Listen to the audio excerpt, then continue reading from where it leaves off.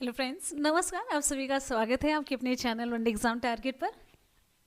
हाँ, मैंने थोड़ा सा आपको आज टाइम दिया। अभी आप लोग क्लास ख़त्म करके रेस्ट मतलब थोड़ा सा ही तो रेस्ट लिए होंगे ना।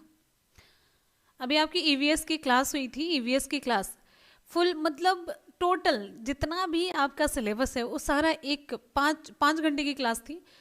तो वो पूरा उसमें ईवीएस आपका कंप्लीट हो चुका है, तो आप लोग उससे ज़रूर देख लीजिएगा। थोड़ी सी स्पीड बढ़ा करके भी देख सकते हैं, पूरा सब कुछ उसमें कवर है। चलिए स्टार्ट करते हैं आज की क्लास को। देखिए भाई, हिम्मत और जोश तो दिखाना ही पड़ेगा ना, इसके बिना कुछ भी नहीं मिल पाता है, राइट। चलिए स्टार्ट करते हैं आज की क्लास को। बहुत बढ़िया, शाबाश, आपकी हिम्मत और जज्बे को सलाम। बहुत बढ़िया, बहुत ही उम्दा, शाबाश। स्टार्ट करते हैं आज की क्लास को। क्वेश्चन आप सभी की स्क्रीन पर एकदम से सुपर फास्ट, मतलब सुपर फास्ट तो नहीं चलेंगे लेकिन हाँ एकदम जोरदार तरीके से पूरी मतलब धुआंधार वाली क्लास बनाएंगे इसे। स्टार्ट करते हैं आज की क्लास को। बहुत बढ़िया, शाबाश। चलिए भाई, बहुत बढ़िया, बहुत बहुत एकदम से खूबसूरती नजर आ रही है आप में।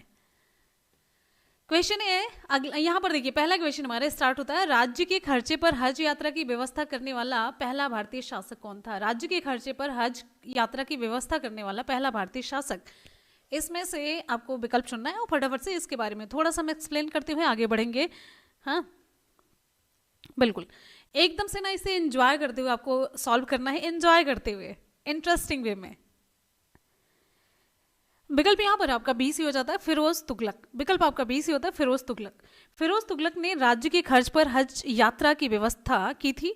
और आपको बताते चलते, दिल्ली के सुल्तानों में फिरोज पहला सुल्तान था जिसने इस्लाम के कानूनों और जो उसके उलेमा वर्ग को राज्य के शासन में प्रधानता प्रदान की थी। और साथ ही साथ में आप सभी को बताते हैं ये धर्म के प्रति असहिष्णु था, ठीक है। मतलब वो जो फिरोज की जो धार्मिक नीति थी, ये वो सिर्फ सुन्नी मत के प्रति समर्पित था और अन्य सभी धर्मों व मतों के प्रति वो असहिष्णु था। इनके बारे में थोड़ा सा ये इंपॉर्टेंट चीज़ जानना जरूरी होता है। एक कॉन्सेप्ट बन जाता है कि कैसे नेचर के थे उन्होंने। ये कल ही मैंने क्वेश्चन करवाया था ना, इसी ने ही ब्राह्मणों पर भी जजिया कर लगाया था। और एक इम्पॉर्टेंट क्वेश्चन पूछा गया है, ज्वालामुखी मंदिर की मूर्तियों को भी इसी ने नष्ट किया था।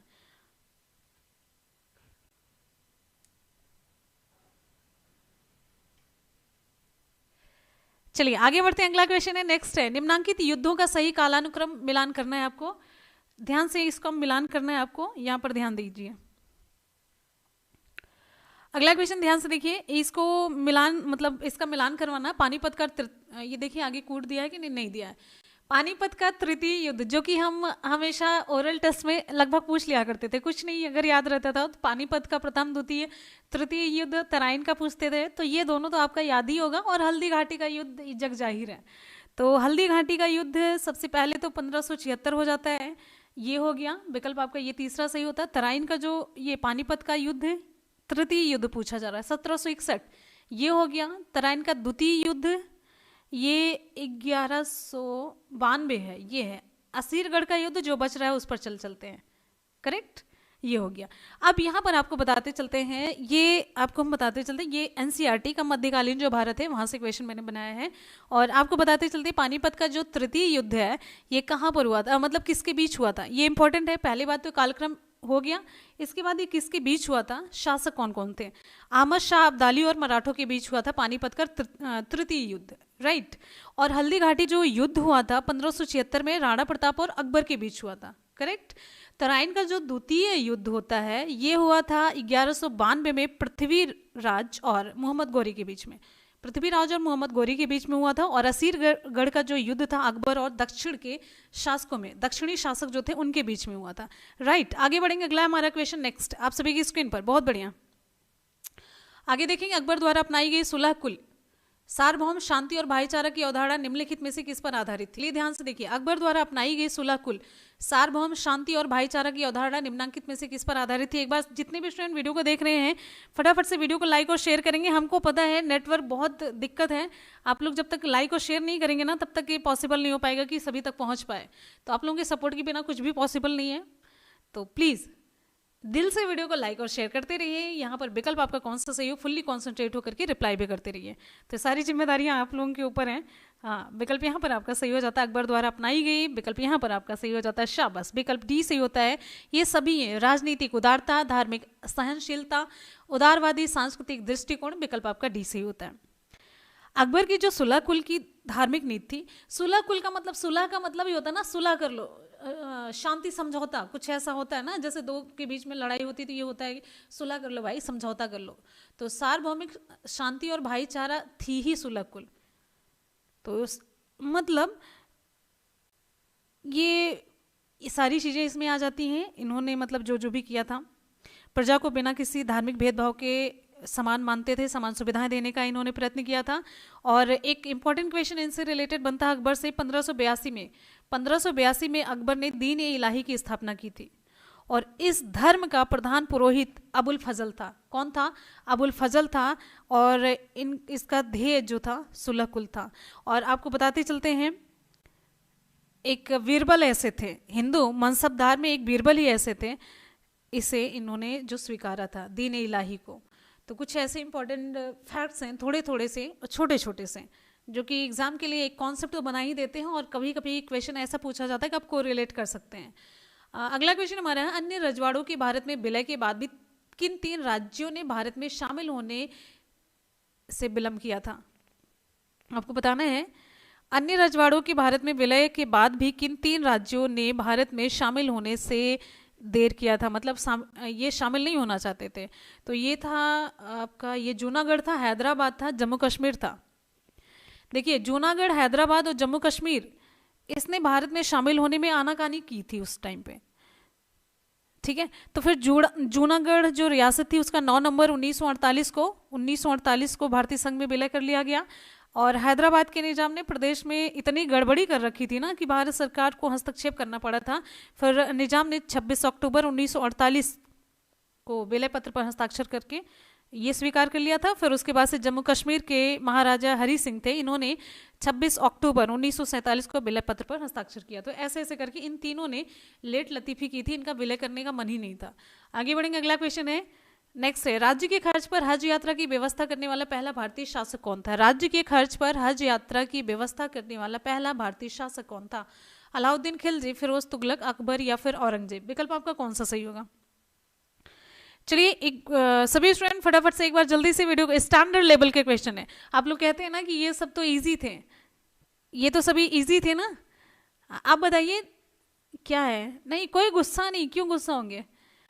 देखिए, मेरा फुल कंसंट्रेशन रहता है ना आपके यहाँ पर क्वेश्चन पर रहता है। अगर हम ये सारी चीज़ें कंसंट्रेट होकर के नहीं बताएंगे और हमारी स्पीड ऐसे स्लो नहीं रहती, खींचते नहीं है, आप देखते हैं ना चीज़ों को, खींचते नहीं, हम एक क्वेश्चन पे 10 मिनट 15 मिनट नहीं लगाते हैं, तो फिर आप लोगों का ही लॉस होगा। हमें कमेंट पढ़ने में कोई दिक्कत नहीं और साथ ही साथ में नाम लेने में कोई दिक्कत नहीं, हम तो ये गाना ही गाते रह जाए बैठ के, फिर नाम लेते रहेंगे, हाँ ये बताइए, वो बताइए, ये बताइए, है कि नहीं?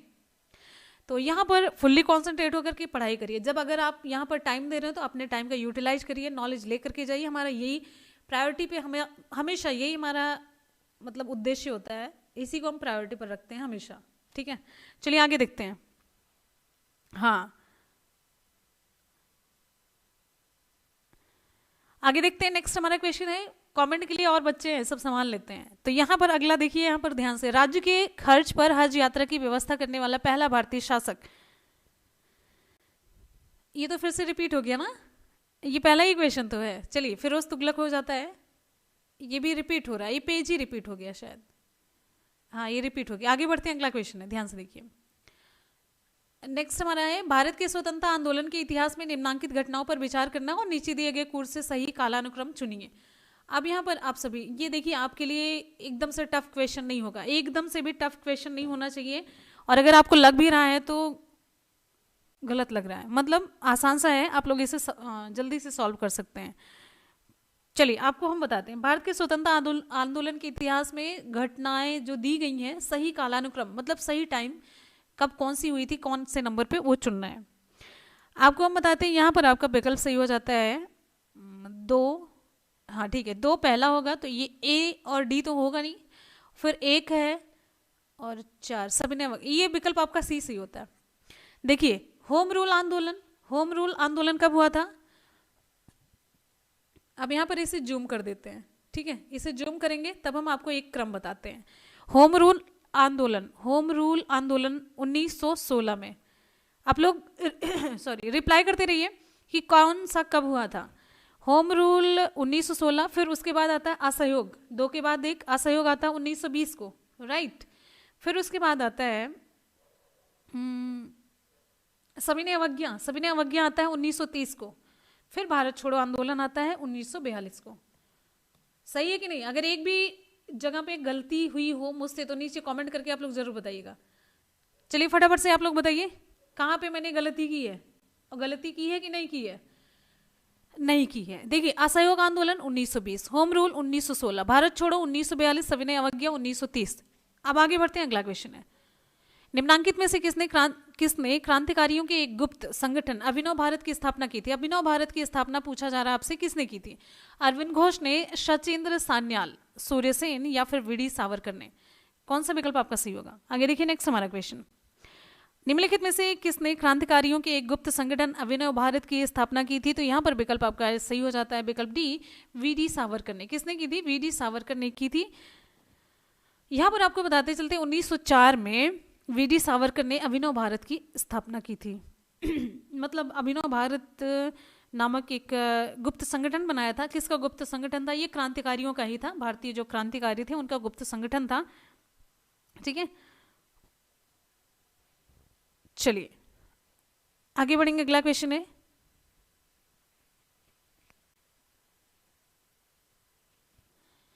हाँ एक और आपको क्वेश्चन बताते हैं, एक इसी से रिलेटेड एक पॉइंट और आपको बताते हैं। देखिए 1904 में ही सावरकर ने नासिक में गणपत उत्सव मनाने के सिलसिले के उद्देश्य से एक संस्था गठित की थी। जानते हैं कौन सी संस्था थी वो? मित्र मेला नामक संस्था इन्होंने गठित की थी। आगे बढ़ेंगे, अगला क्वेश्चन है, वर्ष 1930 के दशक में देश के विभिन्न भागों में भिन्न भिन्न नेताओं द्वारा किसान आंदोलन चलाए गए, उन्हें उनके प्रभाव क्षेत्रों से सुमेलित करिए। देखिए ध्यान से देखिए, बड़ा ही इंपॉर्टेंस है। अब यहाँ पर आपको सुमेलित करना, देखते हैं आगे कुछ नहीं है, लेकिन सुमेलित हमें करवाना है, ठीक है। आगे देखिए, नेक्स्ट है, अगला क्वेश्चन हमारा है, यहां पर हमारा विकल्प कौन सा सही होगा? तो ध्यान से आपको देखना है, सहजानंद सरस्वती। तो यहां पर आपको बताते चलते हैं, ABCD है ना, तो ABCD देखिए, ABCD इसका आप मिलाइए 3 4 1 2। ए का मिला दीजिए 3 से, ठीक है, बी का मिला दीजिए 4 से, सी का मिला दीजिए 1 से, और डी का मिला दीजिए 2 से। अब यही इसका सही जवाब है, ऑप्शन ये हम आपको जानकारी दे रहे हैं, ठीक है। हाँ, इससे रिलेटेड ये सारी चीजें यहां पर मैंने बता दी हैं। चलिए आगे बढ़े, अगला हमारा क्वेश्चन है, स्वराज मेरा जन्मसिद्ध अधिकार है, स्वराज मेरा जन्मसिद्ध अधिकार है और इसे मैं लेकर रहूंगी, यह कथन तिलक ने सर्वप्रथम भारतीय राष्ट्रीय कांग्रेस के निम्नांकित अधिवेशन में व्यक्त किया था। किस अधिवेशन में? पूरी मिक्स क्लास है, सारे क्वेश्चन आपको देखने को मिलेंगे, सारे क्वेश्चन देखने को मिलेंगे। अभी स्वराज मेरा जन्मसिद्ध अधिकार है और मैं इसे लेकर रहूंगी, यह कथन तिलक ने सर्वप्रथम भारतीय राष्ट्रीय कांग्रेस के निम्नांकित अधिवेशन में व्यक्त किया। तो इन्होंने व्यक्त किया था, विकल्प आपका डी से होता है, लखनऊ के 1916 अधिवेशन में। 1916 वाले लखनऊ में 1916 का जो अधिवेशन था,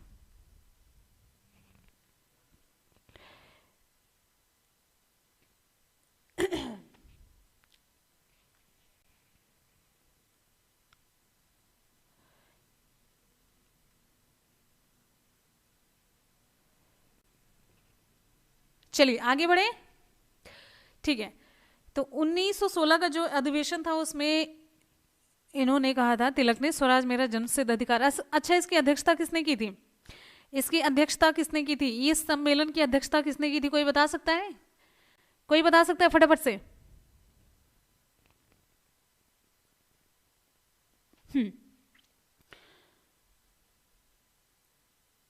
चलिए आगे बढ़ेंगे। अगला क्वेश्चन, निम्न में से कौन स्वराज पार्टी के संगठन से संबंधित है? स्वराज पार्टी के संगठन से संबंधित सुभाष चंद्र बोस, सी आर दास हैं, जवाहरलाल नेहरू या फिर मोतीलाल नेहरू? यहाँ पर कौन सा सही होगा? देखिए यहाँ पर ध्यान से देखिए, स्वराज पार्टी के संगठन से संबंधित, स्वराज पार्टी, नेटवर्क ना बहुत ही कबाड़ा है। स्वराज पार्टी के संगठन से संबंधित कौन कौन है? स्वराज पार्टी, तो स्वराज पार्टी में सी आर दास थे और साथ ही साथ में ये मोतीलाल नेहरू। तो 2 और 4 यहाँ पर सही होता है, तो विकल्प आपका डी सही होता है। कौन सा? मतलब सुभाष चंद्र बोस और सी आर दास और मोतीलाल नेहरू का नाम आता है, ठीक है। कौन से?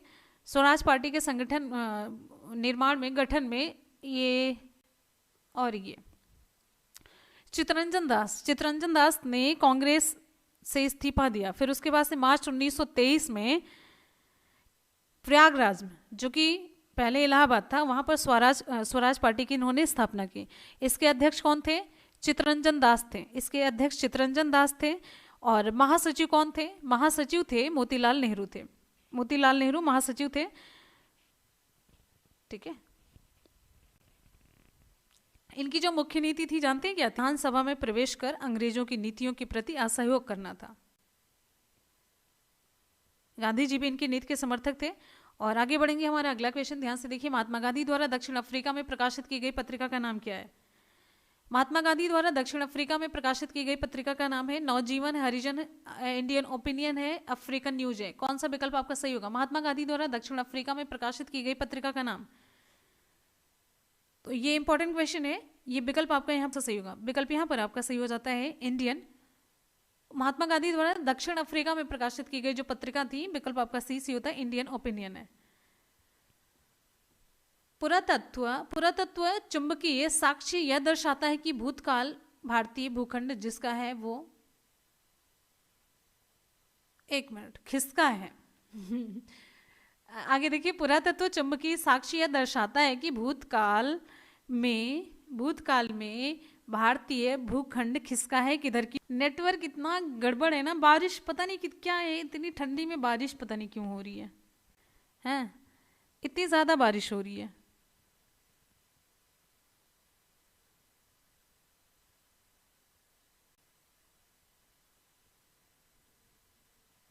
आगे देखिए, नेक्स्ट हमारा क्वेश्चन, आगे देखिए फटाफट से, आगे देखिए। अब चल रहा होगा, अभी थोड़ा सा रिफ्रेश कर दिया है। तो ये इसका सही जवाब बताइए, विकल्प आपका कौन सा सही होगा? कोई बात नहीं, चल जाएगा तो चल जाएगा, ऐसे ही हमेशा होता रहता है। विकल्प ये हमारा सही होता उत्तर की ओर, विकल्प ये है उत्तर की ओर। देखिए, जो अधिकतर भूवैज्ञानिक है इनका विश्वास है कि भारतीय जो प्रायद्वीप है किसका भाग है? गोंडवाना महाद्वीप का अंग है। इसके उत्तर की ओर खिसकने और मध्य एशियाई पठार से टकराने के परिणाम स्वरूप ही टेथिस सागर से हिमालय का जन्म हुआ है। तो ये किधर की तरफ खिसक रहा है? इनके मानने के अनुसार उत्तर की ओर ये खिसकता जा रहा है। नेक्स्ट क्वेश्चन हमारा अगला क्वेश्चन, पाक की खाड़ी अवस्थित है कहां पर? पाक की खाड़ी कहां पर अवस्थित है? पाक की खाड़ी कहां पर अवस्थित है?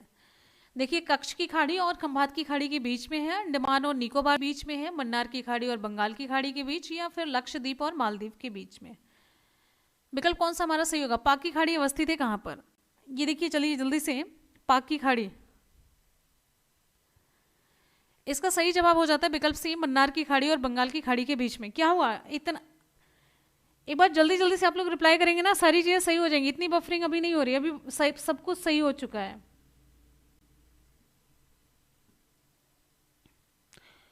पाक की खाड़ी, पाक की खाड़ी, मन्नार की खाड़ी और बंगाल की खाड़ी के बीच में है, और ये भारत और श्रीलंका के मध्य अवस्थित है। और ये जबकि अंडमान और निकोबार द्वीपों के बीच 10 डिग्री चैनल है, ये इसके बीच में 10 डिग्री चैनल। नेक्स्ट हमारा क्वेश्चन, हमको लग रहा है कहीं वीडियो रुक ना जाए। निम्नांकित युग्मों में से किसका सुमेलन नहीं है? निम्नांकित युग्मों में से किसका सुमेलन नहीं है? कौन सुमेलित नहीं है, मतलब निम्नांकित में से कौन सुमेलित नहीं? बोमडिला अरुणाचल प्रदेश, नाथुला सिक्किम, बोरघाट हिमाचल प्रदेश, थालघाट केरल। मैंने पढ़ाए भी थे आपको, दर्रा से रिलेटेड 1-2 क्वेश्चन था, उसमें डिटेल मैंने सारे बता भी दिए थे। आगे देखिए, अगला क्वेश्चन हमारा, निम्नांकित युग्मों में से किसका सम्मेलन नहीं है? तो यहाँ पर हमारा विकल्प सही हो जाता है, विकल्प सी, भोर घाट हिमाचल प्रदेश का। विकल्प आपका सी सी होता है, विकल्प यहाँ पर आपका सी सी होता है, भोर घाट और जो थाल घाट है।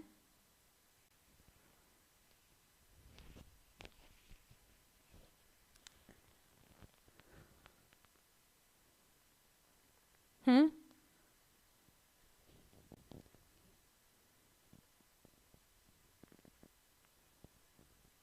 चल रहा है कि नहीं चल रहा है वीडियो?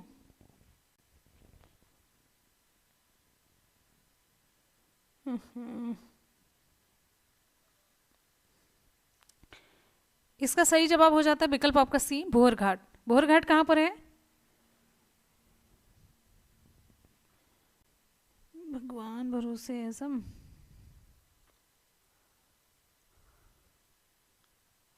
अच्छा, दिख तो गया।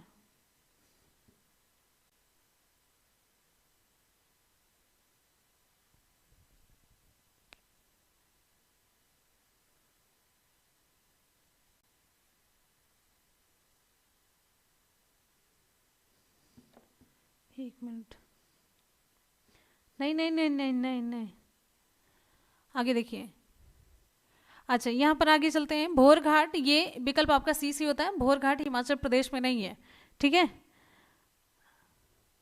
अच्छा, थाल घाट ये कहाँ का है? थाल घाट क्या केरल का है? थाल घाट केरल का है कि नहीं है? भोर घाट तो हिमाचल प्रदेश का नहीं है, थाल घाट कहाँ का है? ये ना भोर घाट और थाल घाट, ये महाराष्ट्र के पश्चिमी घाट की श्रेणियों के प्रमुख दर्रे माने जाते हैं, ठीक है। हाँ, अगला क्वेश्चन नेक्स्ट है। हम क्या कर सकते हैं भाई, बड़े हम भी तो परेशान हैं। अभी चला, चलिए अगला क्वेश्चन। चलवासी कृषि निम्नांकित राज्यों के पहाड़ी क्षेत्रों की प्रमुख समस्या है। चलवासी कृषि निम्नांकित राज्यों के पहाड़ी क्षेत्रों की प्रमुख समस्या असम और बिहार की, बिहार और उड़ीसा की है, उड़ीसा और मध्य प्रदेश। कौन सा सही होगा? चलवासी कृषि निम्नांकित राज्यों के पहाड़ी क्षेत्रों की प्रमुख समस्या है। विकल्प आपको कौन सा सही होगा? चलिए जल्दी से, जब तक चल जाए ना हम लोग स्पीड पकड़ लेते हैं। आगे देखिए, चलवासी कृषि निम्नांकित राज्यों के पहाड़ी क्षेत्रों की प्रमुख समस्या है, तो ये कहाँ की है? उड़ीसा और, ये उड़ीसा और मध्य प्रदेश की है, तो विकल्प आपका सी सी होता है, उड़ीसा और मध्य प्रदेश है। तो आपको बताते चलते हैं, कृषि का जो सबसे पुराना या फिर जैसे कह सकते हैं कि ना आदिम स्वरूप है, उसमें स्थानांतरित कृषि मतलब इंपॉर्टेंट रोल प्ले करती है, या फिर ये कह सकते हैं कि कृषि का जो सबसे पुराना रूप है, ये सबसे आदिम स्वरूप है, वो है स्थानांतरित कृषि, ठीक है, जो अभी भी संसार के कुछ भागों में प्रचलित है। और इस प्रकार की कृषि को हम क्या कहते हैं? स्लैश और बर्न, स्लैश एंड बर्न कृषि कहते हैं। तो मतलब यहाँ पर चीज़ों को क्या होता है, जला करके, जैसे होता है नहीं कि अगर वो उपजाऊ मृदा मिल जाती तो वहाँ पर खेती की जाती, फिर मतलब वहाँ पर जला वला करके चीज़ों को नष्ट करके वहाँ पर खेती की जाती जब तक भूमि की उर्वरा शक्ति रहती है। फिर जैसे ही उर्वरा शक्ति खत्म होती फिर आगे कृषि स्टार्ट कर दी जाती, उस जगह को छोड़ करके दूसरी जगह जा करके। तो इसे उत्तर पूर्वी भारत में झूमिंग कृषि के नाम से जानते हैं, उत्तर पूर्वी भारत में। मध्य प्रदेश में ये बेवर दहिया करके, आंध्र प्रदेश में पोडू, केरल में कुमारी, उड़ीसा में कमान विंगा, कुछ ऐसे ऐसे नाम हैं इनके, इस नाम से जाना जाता है। वैसे आपके एग्जाम में इतना टफ नहीं पूछा जाएगा। आगे बढ़ेंगे, अगला हमारा क्वेश्चन है नेक्स्ट है, लावा मिट्टी पाई जाती कहाँ पर? लावा मिट्टी पाई जाती, जब आसान से क्वेश्चन होते हैं तो कहेंगे इजी है, जब थोड़े से टफ होते हैं तो फिर हालत खराब होती है। लावा मिट्टी पाई जाती कहाँ पर? छत्तीसगढ़ का मैदान, या फिर सरयू पार मैदान, या मालवा पठार है, या शिलांग पठार है? लावा मिट्टी विकल्प आपका सी से होता है, मालवा पठार में। विकल्प आपका सी से होता है, मालवा पठार में पाई जाती है लावा मिट्टी, मालवा पठार में। एक बार सभी स्टूडेंट फटाफट से वीडियो को लाइक और शेयर करेंगे जल्दी से। आगे देखिए नेक्स्ट हमारा क्वेश्चन फटाफट से, अब कोई दिक्कत नहीं है, खाली आप लोगों की दिक्कत लग रही है। लावा मिट्टी विकल्प आपका सी से होता है, मालवा पठार है। देखिए, लावा किसे कहते हैं? वही जो ज्वालामुखी से निकला हुआ लावा है, उससे बनी हुई जो मिट्टी होती है उसको हम लावा मिट्टी कहते हैं। कपासी मिट्टी, काली मिट्टी और रेगुर मिट्टी के नाम से उसे जाना जाता है। इस प्रकार की जो मिट्टी होती है ना, भारत के कुल भौगोलिक क्षेत्रफल के 30% पर पाई जाती है। और ये मिट्टी कहाँ पर पाई जाती है? इधर आपका मध्य प्रदेश है, मध्य प्रदेश का मालवा पठार है, ये हो गया। गुजरात है, और फिर उसके बाद महाराष्ट्र और आंध्र प्रदेश, इन सभी में पाई जाती है। तो विकल्प आपका यहाँ पर सी से होता है, मालवा का पठार है। आगे बढ़ेंगे, अगला क्वेश्चन, भारत के कोयला उत्पादन में छोटा नागपुर का योगदान कितना है? भारत के कोयला उत्पादन में छोटा नागपुर का योगदान लगभग कितना है? 20% है, 40, 60 या फिर 80%? आगे देखिए, भारत के कोयला उत्पादन में छोटा नागपुर का योगदान कितना है? विकल्प आपका ए सी होता है, 20% है। छोटा नागपुर कोयला क्षेत्र ये कहाँ पर स्थित है? झारखंड। कहाँ पर है? झारखंड में स्थित है। और इस राज्य के जो प्रमुख कोयला क्षेत्र हैं, सबसे फेमस तो आप जानते हैं, गाने में भी है, ये झरिया है, बोकारो है, गिरिडीह है, ये सभी इसमें है। और चलिए आगे बढ़ते हैं, अगला क्वेश्चन है, भारत में जल विद्युत शक्ति के विकास में अग्रणी राज्य कौन सा है? भारत में जल विद्युत शक्ति के विकास में अग्रणी राज्य हिमाचल प्रदेश, कर्नाटक, तमिलनाडु, उत्तर प्रदेश। एक बार सभी स्टूडेंट फटाफट से वीडियो को शेयर कर देंगे, जिससे कि सभी तक पहुंच सके और सभी लोग जुड़ सकें। भारत में जल विद्युत शक्ति के विकास में अग्रणी राज्य हिमाचल प्रदेश, कर्नाटक, तमिलनाडु या फिर उत्तर प्रदेश? इसका सही जवाब हो जाता है, इसका सही जवाब बी होता है, कर्नाटक है। जल विद्युत शक्ति में विकल्प बी कर्नाटक है। इसके बाद आपका आता है केरल है, फिर हिमाचल प्रदेश आएगा, फिर जम्मू कश्मीर, उसके बाद मेघालय, नागालैंड, त्रिपुरा और सिक्किम का स्थान आता है। फिर उधर की तरफ बढ़ चलते हैं सब पूर्वी। ठीक है, चलिए आगे बढ़ेंगे, अगला क्वेश्चन है, इनमें से महाराष्ट्र जो है जल विद्युत में प्रथम स्थान पर है। अगला क्वेश्चन, भारत में वर्तमान में प्रति व्यक्ति प्रति वर्ष बिजली का उपयोग है लगभग कितना? भारत में वर्तमान में प्रति व्यक्ति प्रति वर्ष बिजली का उपयोग कितना है, लगभग कितना है? विकल्प सी से होता है, 350 किलोवाट आवर है, किलोवाट आवर है। ये देश में विद्युत की प्रति व्यक्ति खपत जो है 350 किलोवाट पर आवर है।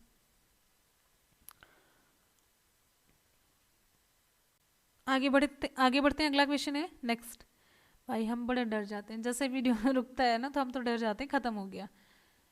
सूची 1 को सूची 2 से मिलान करना है, सूची 1 को सूची 2 से मिलान करना है, यानी कि ये पूछा जा रहा है कि कहाँ कहाँ पाया जा रहा है कोयला, है कहाँ पर।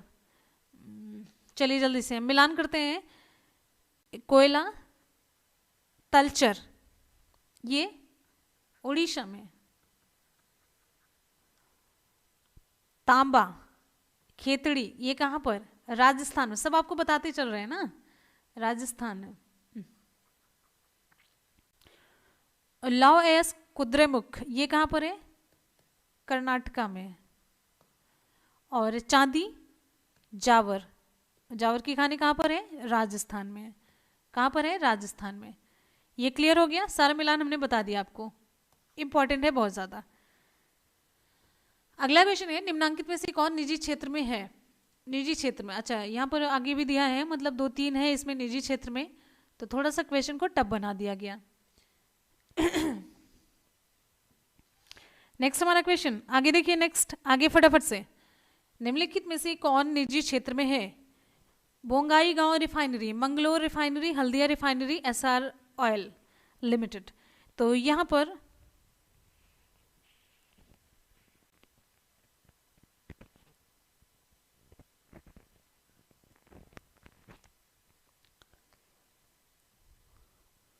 इसमें से कोई भी निजी क्षेत्र की नहीं है, इसमें से कोई भी निजी क्षेत्र की नहीं है।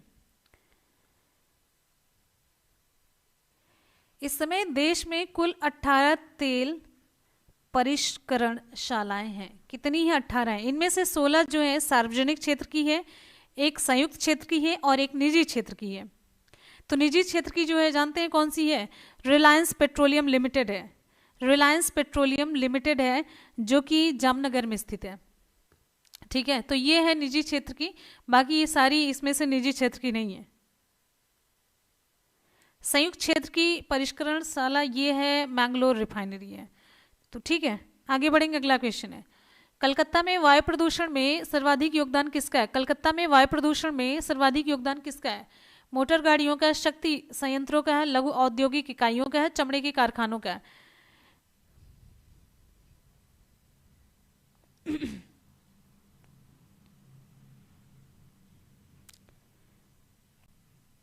आगे देखिए नेक्स्ट है, कलकत्ता में वायु प्रदूषण में सर्वाधिक योगदान किसका है? कलकत्ता में वायु प्रदूषण का सर्वाधिक योगदान किसका है?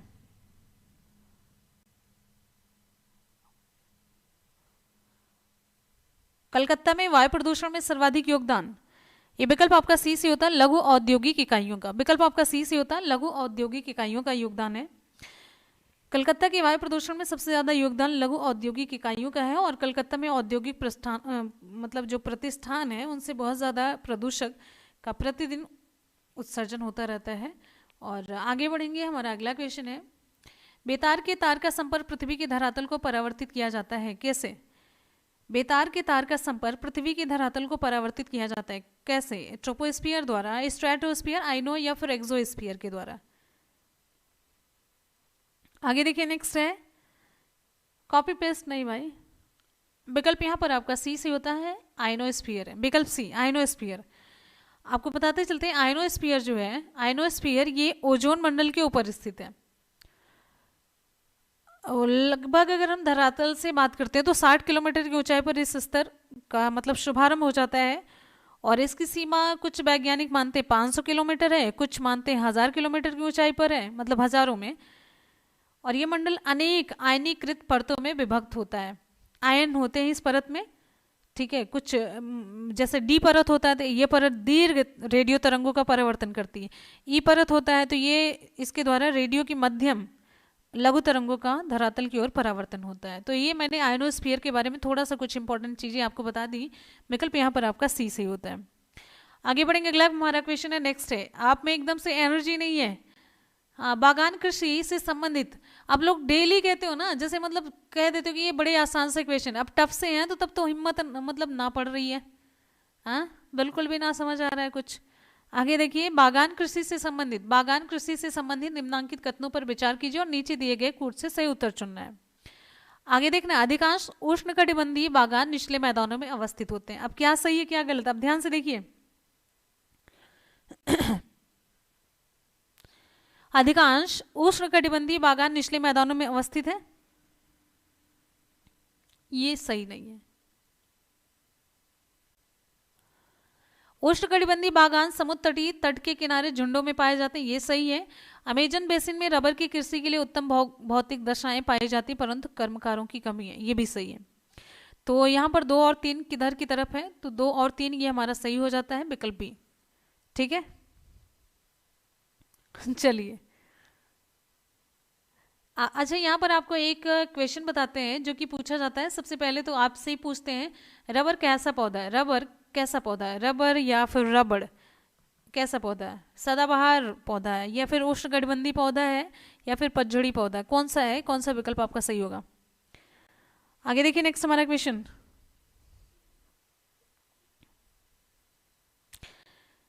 तो ये पल्ले ना पड़े रह जाए, ये उष्णकटिबंधीय पौधा है, ये जानते रहिए। अगला क्वेश्चन है, निम्नांकित में से कौन सुमेलित नहीं है? निम्नांकित में से कौन सुमेलित नहीं है? ध्यान से देखिए, निम्नांकित में से कौन सुमेलित नहीं है?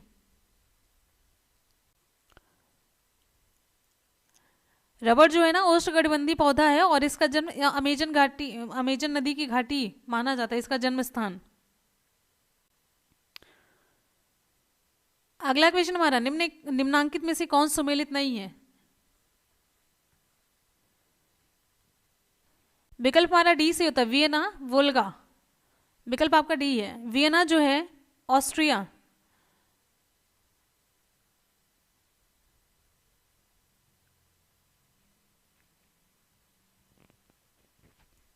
ये किस नदी के तट पर है?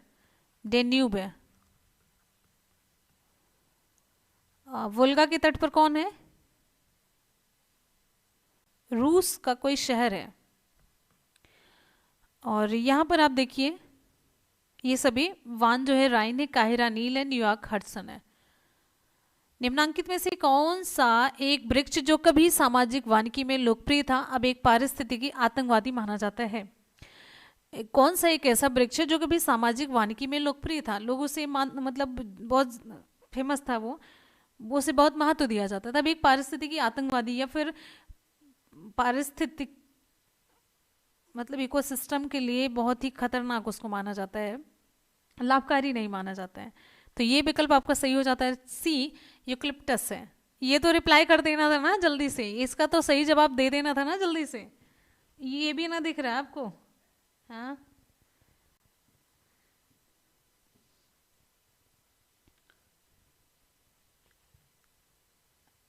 हाँ, पानी पीता है, बहुत ज्यादा पानी पीता है। आतंकवादी की संज्ञा इसलिए दी गई है कि ये पानी को सोख लेता है, पूरा पानी एब्जॉर्ब करता है, और पानी का जो धरातल है बड़ा नीचे चला जाता है। अच्छा, जानते हैं किस ओरिजिन का पौधा है ये? इमिली ऑस्ट्रेलिया का है, ये ऑस्ट्रेलिया का है। जानते हैं ऑस्ट्रेलिया का है ये।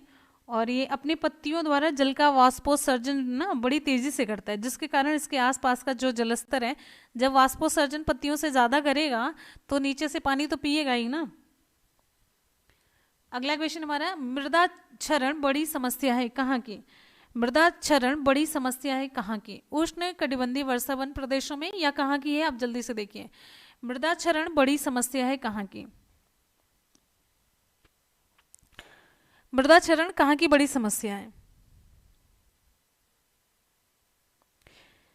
विकल्प ए सही होता है, उष्ण कटिबंधीय वर्षा वन प्रदेशों में मृदा क्षरण की बहुत बड़ी समस्या पाई जाती है। और इनमें जो ऊपर की मृदा होती है उसमें जीवांश पाए जाते हैं जो वनस्पतियों को पोषक पदार्थ प्रदान करते हैं। तो मृदा क्षरण के कारण पोषक तत्व वर्षा के साथ जल में बह जाते हैं, और इस प्रकार क्षरण को रोकने के लिए समोच्च कृषि, पट्टीदार खेती और सीढ़ी नुमा खेती की जाती है। तो ये सब इसके रोकथाम के लिए मतलब कुछ चीज़ें हैं जो कि आपके एग्जाम में ये भी पूछी जाती है कि क्या किया जाए कि जिससे कि इसकी रोकथाम की जा सकती है। पारिस्थितिकी तंत्र की संकल्पना को प्रतिपादित किया था किसने? सबसे पहले किसने किया था? पारिस्थितिकी तंत्र की संकल्पना को सबसे पहले किसने प्रतिपादित किया था? एजी टांसले ने, चार्ल्स डार्विन, पार्क, या फिर ओडम ने? चलिए भाई आगे बढ़ते हैं। अगला क्वेश्चन हमारा, पारिस्थितिकी तंत्र की संकल्पना को किसने प्रतिपादित किया था? विकल्प यहाँ पर आपका सही हो जाता है। ये सभी की रिप्लाई सही आनी चाहिए। हाँ आ गया ना आपके मनपसंद का, हमको पता था, टांसले महोदय। पारिस्थितिकी तंत्र की संकल्पना सबसे पहले एजी टांसले ने 1935 में प्रतिपादित की थी। पारिस्थितिकी तंत्र जिसमें जीव और मतलब जैविक और अजैविक घटक से मिलकर के बनता है। टेलर घाटी अवस्थित है कहाँ पर? टेलर घाटी कहाँ पर अवस्थित है? आगे बढ़िए, टेलर घाटी कहाँ पर अवस्थित है? एकदम से जोश नहीं है, बिल्कुल भी जोश नहीं है आप में।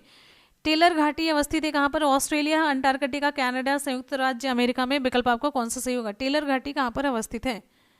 टेलर घाटी, चलिए जल्दी से बताइए। टेलर घाटी विकल्प यहाँ पर आपका सही हो जाता है, बिल्कुल टेलर घाटी विकल्प आपका ये सही होता है, ऑस्ट्रेलिया में है। टेलर वैली भाई, टेलर वैली।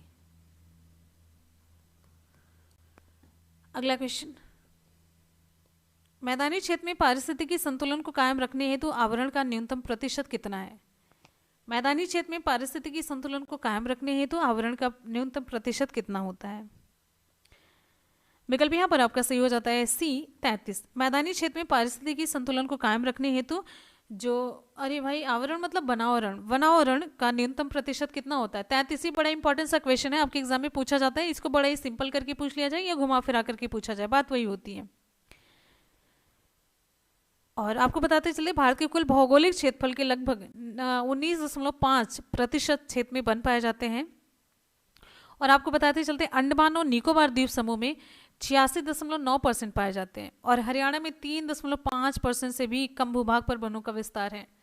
आगे बढ़ेंगे, नेक्स्ट हमारा क्वेश्चन। आगे आप सभी की स्क्रीन पर ये रहा, अफ्रीका में निम्नांकित देशों में से किस में सघन उष्णार्द्र वन है? अफ्रीका में निम्नांकित देशों में किस में सघन उष्णार्द्र वन है? कौन सा सही होगा? विकल्प आपका यहाँ पर ए सही होता है, आइवरी कोस्ट है। विकल्प ए, इस प्रकार के उष्ण कटिबंधीय वर्षा वन जलवायु प्रदेश या फिर सघन उष्णार्द्र वन विषुवत रेखा के दोनों ओर कम से कम लगभग 5 डिग्री से लेकर के 10 डिग्री तक पाए जाते हैं। और आपको बताते चलते हैं, अफ्रीका की कांगो नदी की घाटी और गिनी तट इस प्रकार की जलवायु के अंतर्गत आते हैं।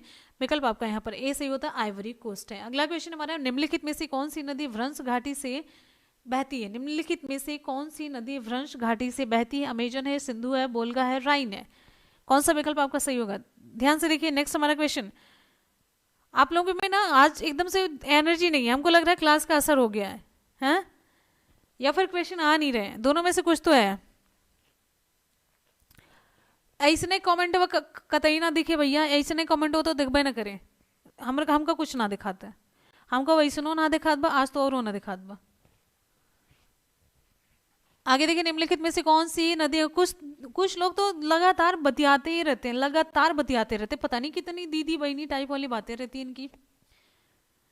ये विकल्प यहाँ पर आपका सही हो जाता है, विकल्प डी राइन है, विकल्प डी सही होता है, विकल्प डी है राइन है, करेक्ट। आपको बताते चलते हैं, देखिए सामान्य रूप से जो रिफ्ट घाटी होती है लंबी और सक्रिय होती है, लेकिन बहुत ज़्यादा गहरी भी होती है, ये भी जानते रहिए। तो राइन नदी की रिफ्ट घाटी एक प्रमुख रिफ्ट घाटी में से मानी जाती है, जिसकी कि आप लोग रिप्लाई ही नहीं कर पा रहे हैं, हाँ। चलिए आगे बढ़ते हैं, अगला क्वेश्चन हमारा। अच्छा, संसार की सबसे लंबी रिफ्ट घाटी की अगर हम बात करें तो कौन सी है? संसार की सबसे लंबी रिफ्ट घाटी जार्डन की घाटी है, जो कि लाल सागर की बेसिन में होते हुए जैम्बेंजी नदी तक ये मतलब फैली हुई है, लगभग 4800 किलोमीटर तक ये फैली हुई है। आगे बढ़ेंगे, अगला क्वेश्चन हमारा नेक्स्ट आप सभी की स्क्रीन पर ये रहा। निम्नांकित में से संसार का सर्वाधिक व्यस्त महासागरीय मार्ग कौन सा है?